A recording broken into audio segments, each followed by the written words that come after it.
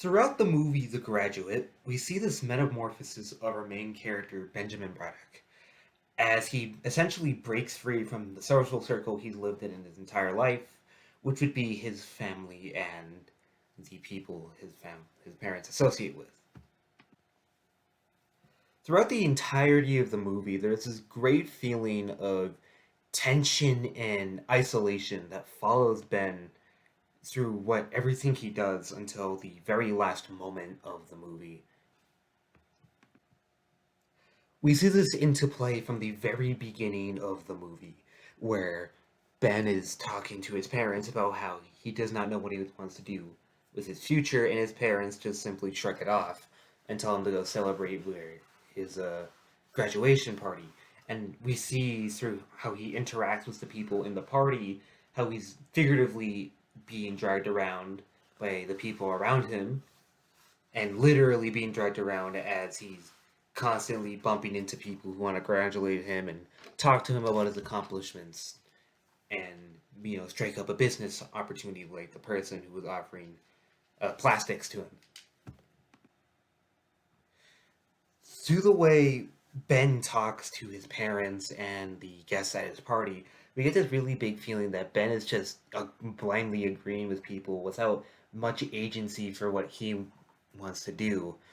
And we really get to see this in full force once we cut to the scene where he's alone in his bedroom and Mrs. Robinson comes in, kickstarting the plot of the movie, where he takes her home and basically continuously does what she tells him to do.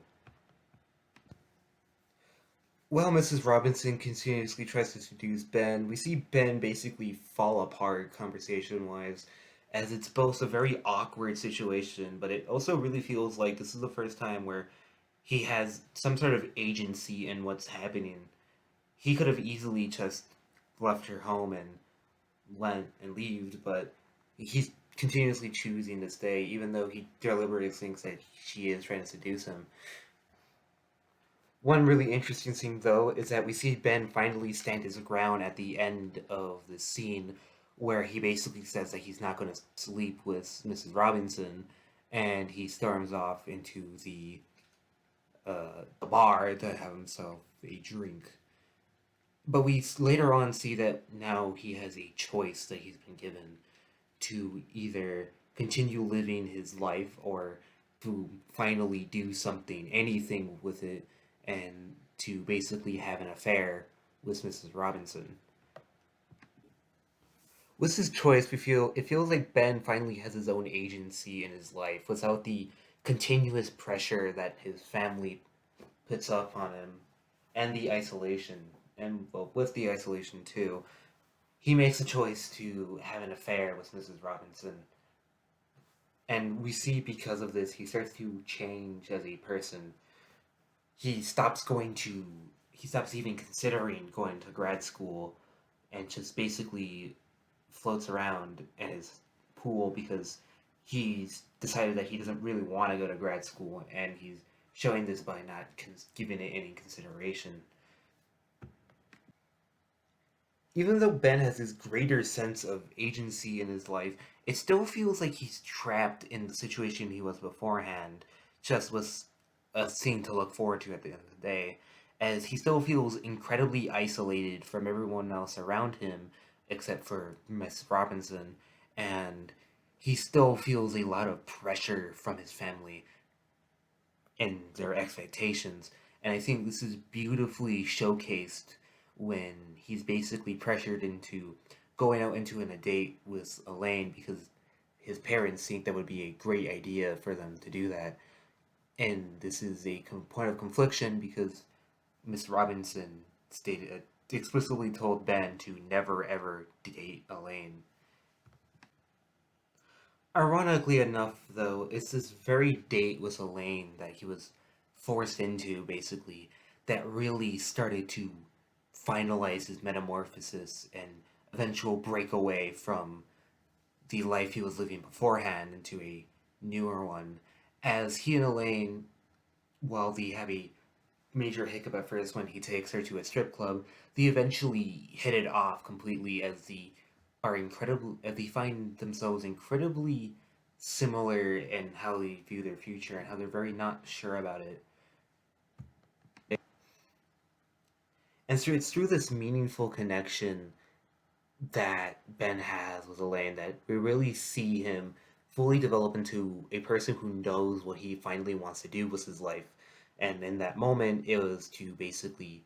be with Elaine. And we really see this put to the test where after they get separated, when she finds out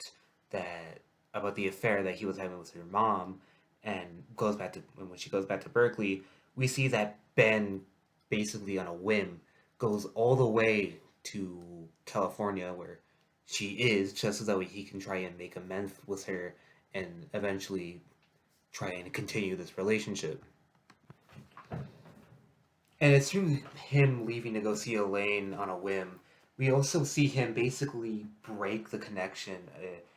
that he had with the social circle that he had been in with his parents,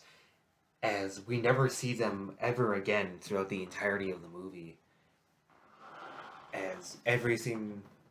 as all the pressure that his parents physically wanted for him is essentially gone at that point, as his entire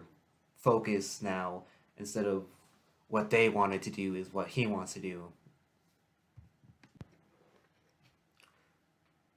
Eventually, Ben does make up amends with Elaine, and we get to see how Elaine feels about the whole situation. And one thing that I find really interesting is how Elaine's character arc also mirrors Ben's, as just on a slower pace, as Ben knows what he wants to do with his future, which is to marry Elaine, while Elaine is still very questioning about it, about her role with the parents. And we see how later on in the movie, how they both reach this absolute freedom, I guess, as the both eventually completely break away from their past lives. Throughout the rest of the movie, we see how Elaine's family really wants to pressure her into not being with Ben, basically, as they basically move her around and marry her off to Carl, which is a character we only see once and has only spent a very short time with knowing Elaine. And we see how, through both Ben's and Elaine's love for each other, we see how they were eventually able to break free, even after they kissed, Elaine kissed for marriage. She was still able to completely break free from this old life and the people that were pressuring her and him, and the escape, getting onto a bus into to a future where they are together and finally free from the social circle that had basically entrapped them for all their lives. The reason why The Graduate is such a fascinating movie to me is how it explores a relationship between what family wants and the sort of pressure that your parents and the people around you will put onto you, and what you want to do personally as a person, or in this case, Ben. And I find it really interesting of how there was this such a great amount of pressure that Ben felt so entrapped that the only way he saw out was to completely break away with the love of his life, who very much is just like him. This movie really makes me consider on how many people are actually in Ben's shoes in society. And it makes me wonder how many people, if they ever see this movie and are in a similar situation to Ben, I wonder how many people would really resonate and even take action, being inspired by the movie to live out their own lives, even if it is as a morally dubious way as having an affair with someone.